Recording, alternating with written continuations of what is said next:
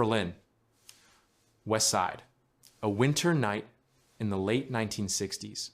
In the bowels of a safe house that officially did not exist, a man sat strapped to a metal chair, wrists bound, ankles cinched to cold steel. Fluorescent light hummed above him, turning his skin the color of old paper. On the table lay a single file, thick, dog-eared, stamped with 3 different alphabets. The man's nose had been broken more than once. His fingers were thick and scarred, and his eyes, even now, did not show fear. They showed memory, the memory of what he had done to others. Outside the interrogation room window, 3 silhouettes watched. One wore the careful, polished suit of an American case officer, tired eyes behind framed glasses. One was a Soviet liaison who was not supposed to be on this side of the city at all. And between them, unobtrusive, half in shadow, stood a compact Israeli with a neutral expression and a file of his own tucked under his arm. The American kept his voice low. That man is ours. Operation Blue Chapel is a Central Intelligence Agency asset recovery, not an Israeli shopping trip. The Soviet smiled without humor. You are both mistaken. Colonel Viktor Malenkov belongs to the committee. He is a traitor, a butcher, and a secret that will destroy careers if he speaks to anyone but us.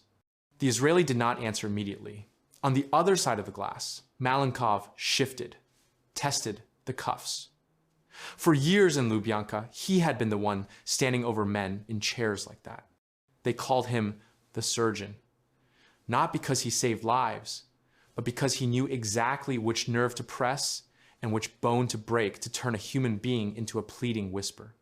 Now, the very agencies that had once used his work as a manual were fighting over who would own his silence. The Israeli finally spoke, voice calm, almost bored. You are both wrong. By dawn, he will not be here, and neither of your governments will be able to admit they ever laid eyes on him. The American frowned. What are you talking about? The Mossad officer checked his watch, a simple metal thing he had bought in a Tel Aviv market before flying to Europe under a false British passport. The seconds ticked past. In 9 minutes, he said softly, this building loses power. In 11 minutes, your protective detail outside hears a car bomb that does not exist. In 14 minutes, every telephone line within 3 blocks dies. And in 19 minutes, Colonel Viktor Malenkov will be in a van that you will both swear you never saw. The American's jaw tightened. The Soviet's smile vanished. Because if the Israeli was right, then what was happening in that basement was not a joint debrief of a captured monster. It was the opening move of an operation that stole from Washington and Moscow at the same time. An operation with a name that would never appear in any formal file, but would be whispered later in Langley corridors with a mixture of anger and reluctant admiration. Inside the room, Malenkov licked dry lips and looked toward the mirror, as if sensing the storm building beyond it. He did not yet know that the agency that once hunted him, the same service that his own bosses had trained him to fear above all, had decided to do something no one expected. They were not going to kill him. They were going to steal him. And if they failed, it would not just be a botched snatch. It would be a diplomatic detonation, a scandal ripping across 3 continents. If this failed, the Central Intelligence Agency would lose a carefully cultivated line into Soviet secrets.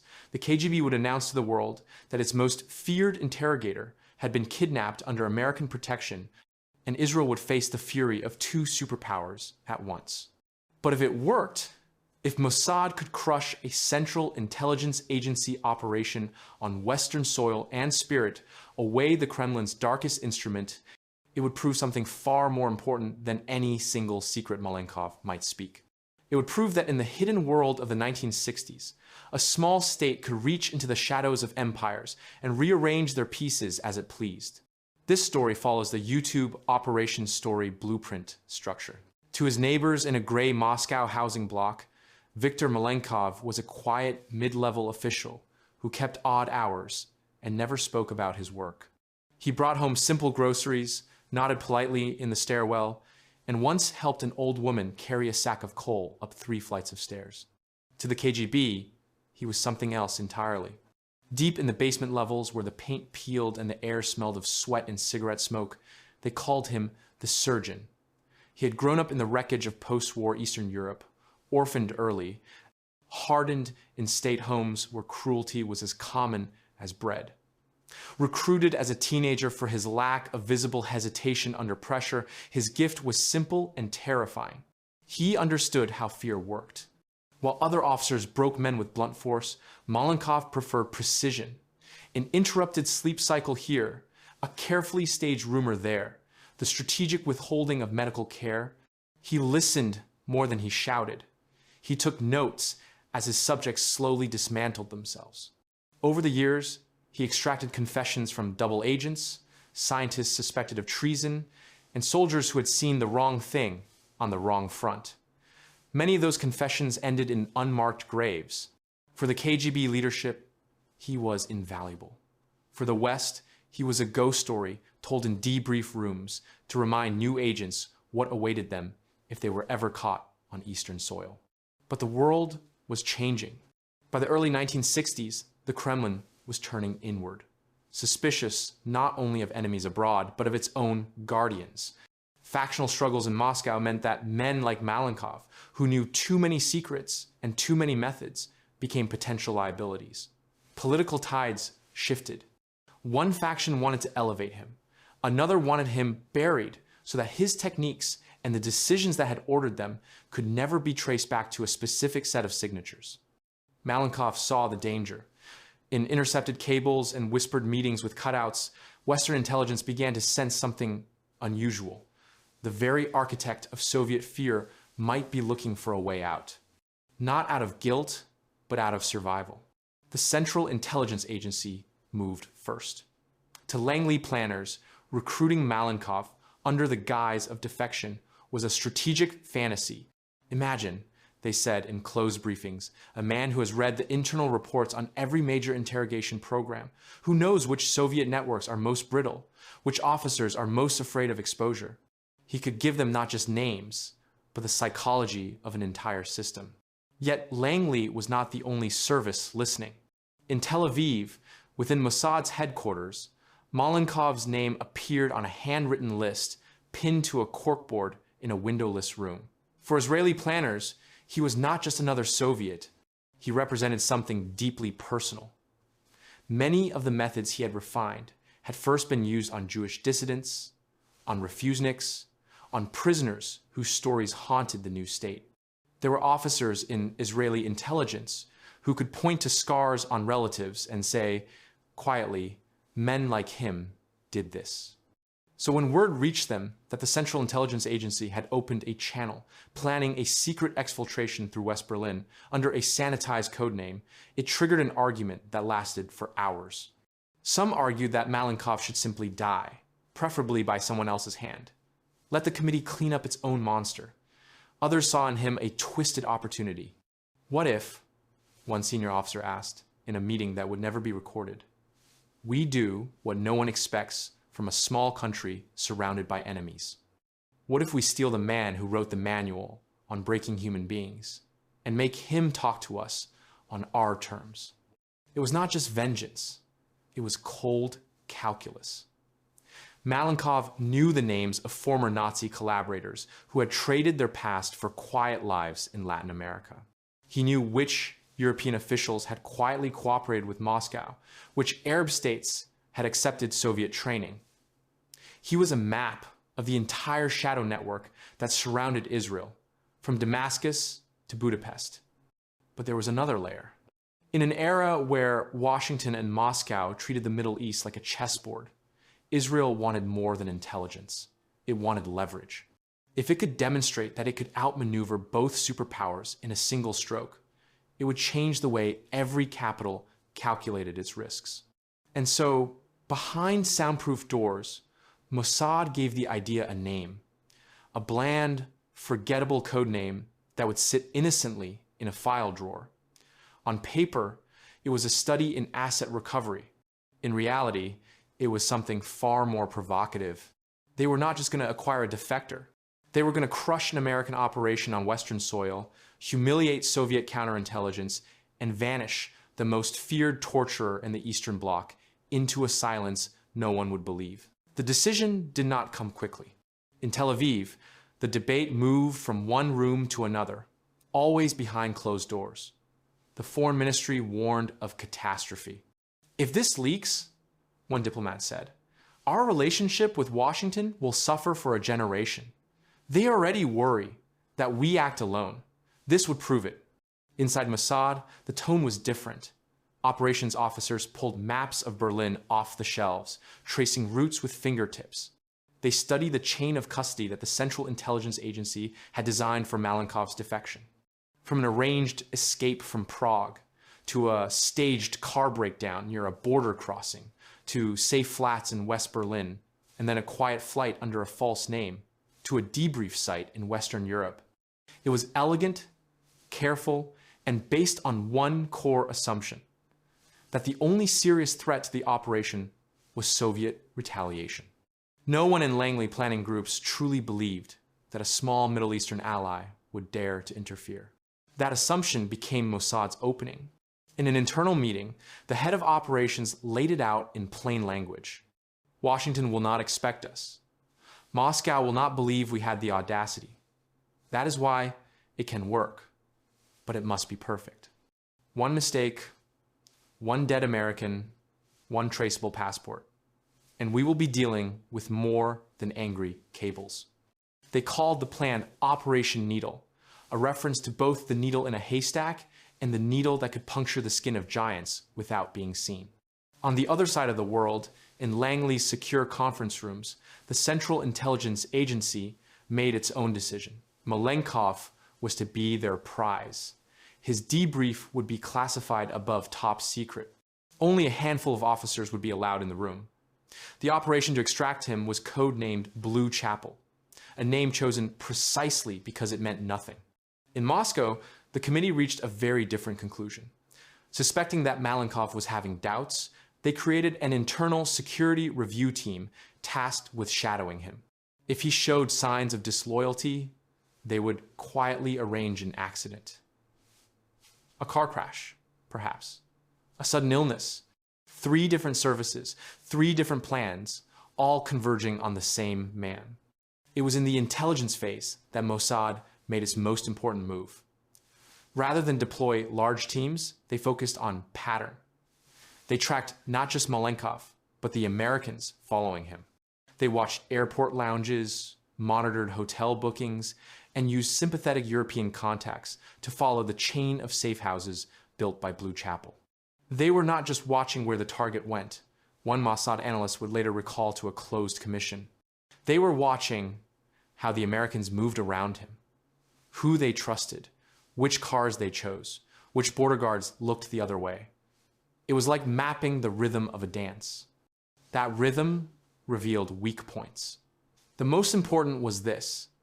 During the period when Malenkov was moved from an initial safe flat in West Berlin to a more secure debrief location, the Americans would temporarily reduce their visible security presence to avoid drawing attention. Windows would be cracked open to provide fresh air to a man unused to Western heating systems. Local assets would be used as drivers instead of official embassy cars. For a small, disciplined unit used to working in the cracks of bigger operations, this was the opportunity. In a final high-level meeting in Tel Aviv, attended by senior intelligence and military officials, the question was put on the table plainly. Do we interfere with a Central Intelligence Agency operation on Western soil? Silence stretched. Outside, the city went about its business, unaware that a decision being made in a quiet room might alter its place in the covert hierarchy of the world. The answer, when it came, was neither triumphant nor reckless. It was delivered in a level tone by a man who had seen too many wars to be impressed by theatrics. "We do not interfere," he said. "We redefine it. We let the Americans do the heavy lifting. We let the Soviets believe their man is still in play. Then, at the exact moment when everyone relaxes, we change the ending." The order was signed. Operation Needle moved from theory to planning. Planning began in a cramped operations room with walls covered in maps of Berlin, lines of colored string looping between photographs of crossroads, safe houses, checkpoints, and side streets. The city in the late 1960s was a maze of occupation zones, tense borders, and overlapping jurisdictions. For most civilians, it was a cold reality of partition. For intelligence services, it was a playground and a minefield. Mossad's planners started not with Malenkov, but with the Americans. Every known Central Intelligence Agency safe house in the western sectors was plotted. Every airline booking for the weeks around the planned exfiltration was examined for patterns. European allies were quietly asked to share fragments of their own surveillance. A single car, rented twice by the same innocuous businessman in two different cities, raised questions. A hotel that always seemed to host trade delegations, with no paperwork, drew a red circle on the wall. From this mosaic, they reconstructed the probable path of Operation Blue Chapel. The most vulnerable segment was a simple transfer. Malenkov would be moved from a nondescript apartment block in a residential district to a more secure villa on the outskirts, driving at dawn to blend with workers' traffic. The Americans had chosen a route that avoided official checkpoints, relying on their knowledge of local police patrol cycles. Operation Needle's plan hinged on inserting itself between two moments of American control. They did not need to snatch Malenkov from a KGB cell. They only needed to appear, for a few minutes, more competent than their own allies. The team selected for the operation was small. A driver who spoke flawless German with a local accent. A medic who could plausibly pass for a civilian doctor. Two field officers capable of violence if necessary, but trained above all in speed and improvisation. And the man who had stood between the American and the Soviet in the interrogation room, the one whose calm had unnerved them both, would coordinate. Cover identities were carefully built. Passports issued through back channels in European consulates. Rental contracts for vehicles that would leave no trace pointing back to the Middle East. Even the clothing was selected to blend perfectly with the drab, utilitarian fashion of Berlin residents in winter. Tools were chosen with equal care. No exotic gadgets, nothing that would scream spy film if ever examined. Simple, reliable items. Handcuffs that could be concealed as police gear, a portable blindfold kit disguised as medical bandages, syringes containing mild sedatives labeled as vitamin injections, a small device for cutting telephone lines, a black box that could temporarily interrupt power to a narrow section of a block without drawing the attention of grid controllers. They rehearsed every scenario. What if the Central Intelligence Agency changed its route at the last minute? They mapped alternate streets and exit paths. What if a curious West German patrol car pulled them over? The team's medic practiced spinning an urgent medical evacuation story in German while the driver flashed forged emergency papers. What if Malenkov resisted violently? The field officers ran drills on extracting a struggling, larger man up and down staircases in under a minute. If anything breaks the pattern, the operation coordinator repeated to the team, we abort. No heroics. No improvisation beyond the envelope we have drawn. A failed operation we can bury. A scandal we cannot. At the same time, a parallel planning line tackled the aftermath. Where would they take Malenkov once he was out of American hands? Berlin was too hot. They arranged a chain of safe locations stretching across Europe, from a modest clinic in a neutral country to a secure villa disguised as a private rehabilitation center. Each step of the journey would require new documents, new clothes, new backstops. On a corkboard in the corner of the room, separate from the operational details, someone pinned a small black and white photograph that had survived the war. It showed gaunt faces behind barbed wire, the kind of image that had defined why the state existed in the first place. Under it, in neat handwriting, a simple line, "Some ghosts cannot be left in other people's hands." The planners rarely looked at it directly, but it was there, a silent reminder that this was not just about humiliating allies or outfoxing rivals. This was about taking possession of a man whose professional life had been devoted to breaking people like those in the photograph. When the date was finally chosen, it was not for symbolic reasons. It was chosen for weather patterns, traffic forecasts, and the availability of commercial flights out of Europe that could carry a passenger under a false identity while blending into a stream of businessmen and tourists. By the time Operation Needle moved from the wall to the street, every participant knew the plan well enough to recite it in their sleep. They also knew one more thing. If they were caught, no one would come to rescue them. Not officially, not in public. Israel would deny involvement. Washington and Moscow would rage, and the man in the middle, Viktor Malenkov, would disappear into whatever revenge the committee saw fit. The only protection they had was invisibility and speed. And perhaps the arrogance of larger powers who had not yet realized that a smaller hand was rearranging their peace. It began before sunrise. In the safe flat the Central Intelligence Agency had rented under a false name, Malenkov woke to the smell of coffee and a faint ache in his shoulders. His American handlers kept their faces neutral, offering him breakfast, adjusting his ill-fitting Western clothes. They spoke in careful Russian, promising a new life, safety, a chance to tell his story under conditions that would protect him from his former masters.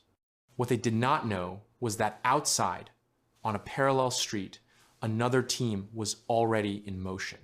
The Mossad driver sat behind the wheel of a plain, dark sedan, gloved hands resting lightly, eyes on the rearview mirror as the first hint of gray seeped into the Berlin sky.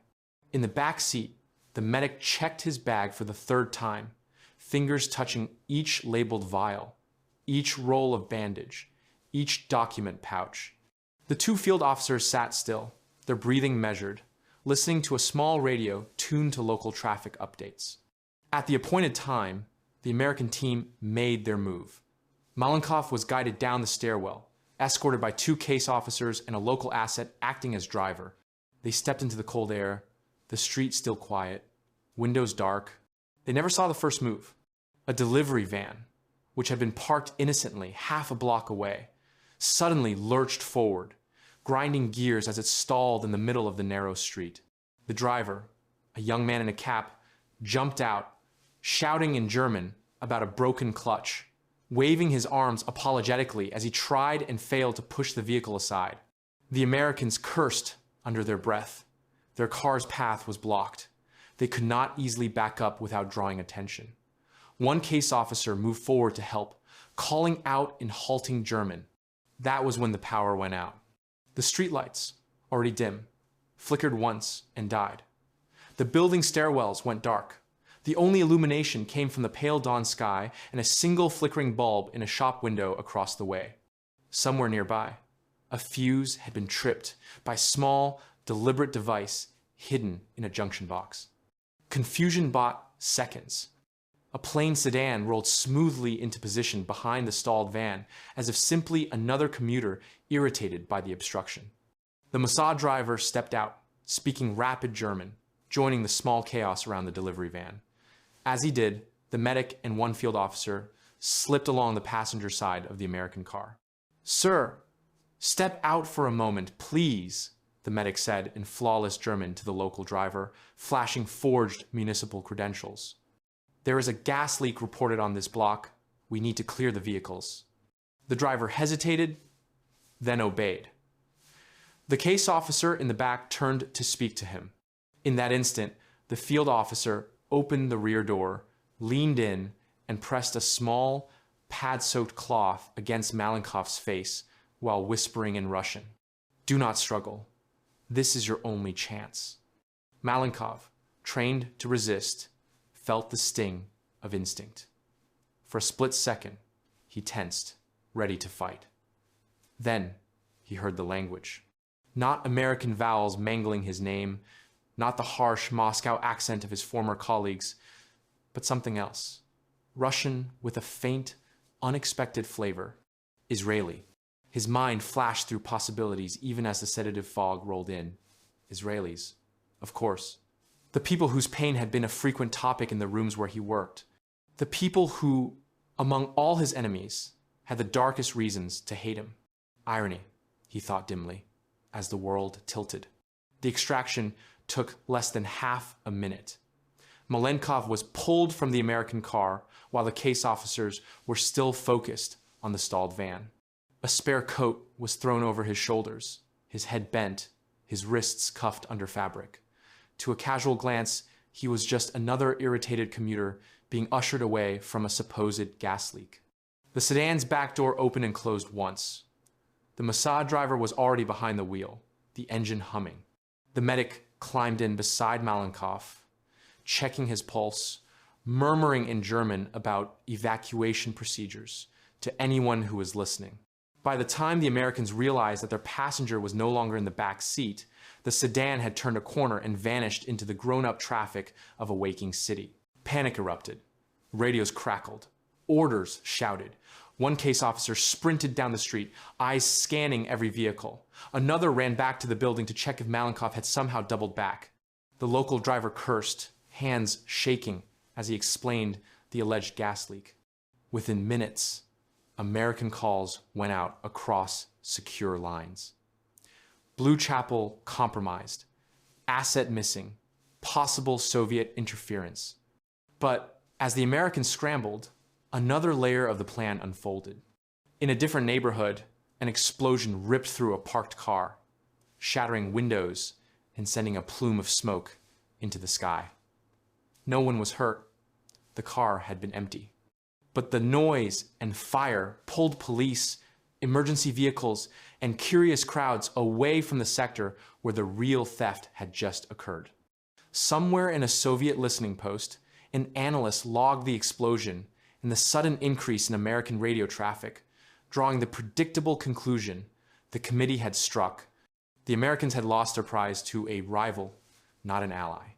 In the sedan, Malenkov surfaced briefly from the sedative fog, seeing only the blurred outlines of buildings sliding by and the profile of the driver, expression calm. "Where?" he managed. The medic leaned closer. "You are going somewhere neither Washington nor Moscow will follow," he said softly in Russian. "You are going to a small country that remembers everything." Then the darkness closed in again, and Viktor Malenkov, the KGB's most feared torturer, vanished from the maps of two superpowers in the space of a single Berlin dawn.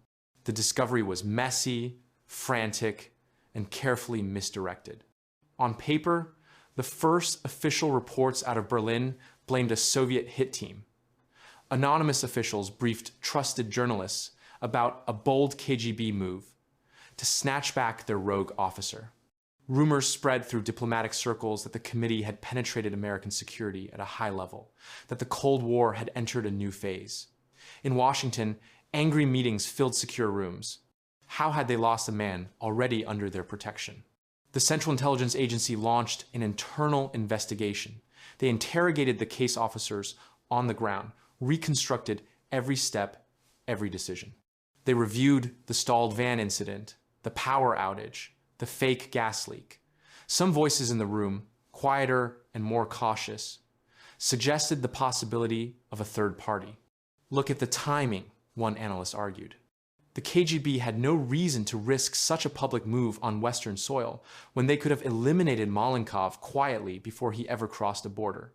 Someone else used our operation as cover, but naming that someone else out loud would have consequences beyond any official's appetite. To accuse a close ally of hijacking an operation was to admit a level of vulnerability that superpowers preferred to keep buried. In Moscow, the committee's reaction was colder. Some believed Malenkov had died in the explosion reported in Berlin. Others suspected American disinformation. A few, reading between the lines of their own intercepts, wondered if a smaller, more desperate player had stepped into the gap. Publicly, the Kremlin said little. Privately, it reorganized units, replaced officers, and tightened control over those who knew the methods Malenkov had refined. He became a ghost, neither officially dead nor alive, a loose end that no one dared to tug too hard. In Tel Aviv, the tone was different. Malenkov was brought not to a dungeon, but to a clinic run by people who understood trauma in ways he had never considered. For the first time in his life, he experienced an interrogation where the goal was not simply to extract names, but to understand systems. Israeli teams sat with him for hours, days, months, peeling back layer after layer of his knowledge. He spoke of Eastern European networks, of Middle Eastern alliances brokered in back rooms, of European officials who had secretly cooperated with Moscow while smiling in Western capitals. There were moments when his interrogators felt the urge to hate him, to see their relatives in the shadows of his stories. But Mossad had not stolen him for revenge alone. They wanted clarity. They wanted to map a world that had always seen them as a pawn and prove that they could, in fact, read the board better than anyone. The strategic impact was subtle but real. Leads from Malenkov's testimony helped identify hidden Nazi collaborators who had found refuge in distant countries, some of whom had quietly advised governments hostile to Israel.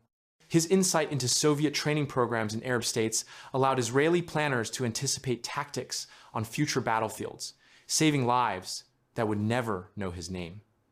But there were unintended consequences too. By removing Malenkov from the KGB's reach, Mossad had taken a deeply skilled, if twisted, mind out of the Eastern Bloc's internal machinery.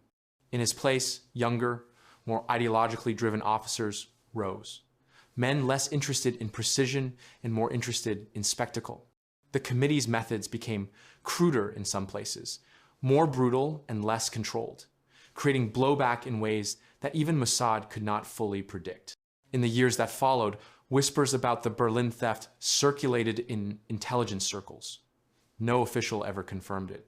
No public record acknowledged that the most feared torturer of the Eastern Bloc had not died under Soviet hands or confessed in an American safe house, but had instead spent his final years in a country whose very existence he once helped target indirectly through his work. For Israel, the operation proved a dark truth. In the permanent twilight where states wage covert war, moral lines blur. To keep its people safe, a small nation had stolen a monster from beneath the feet of its most powerful allies. Not to punish him, but to use him. It was a victory measured not in headlines, but in quiet, altered outcomes, in battles never fought because someone in a planning room knew a detail they otherwise would not. Yet in the private reflections of some of the officers who ran Operation Needle, the story did not end in triumph. It ended with a question. Had they, in seeking to protect their own, crossed the line that made them more like the powers they feared? Had they shown that in the right circumstances, even the most righteous cause would borrow the tools of its enemies? In a world where some deaths are paperwork, not headlines, and where disappearances are treated as statistics in internal reports, the Berlin theft of Viktor Malenkov sits like a splinter under the skin of history, unseen but felt by those who know how to read the patterns. Does eliminating, or in this case capturing, one man increase security, or does it simply move violence and knowledge into a darker room? Does stealing a monster to learn his secrets make you safer, or just more entangled in the machinery you claim to oppose? You tell the story now. Would you make the same choice? Drop your thoughts in the comments. If this changed how you see covert warfare, like, share, and subscribe. We are breaking down the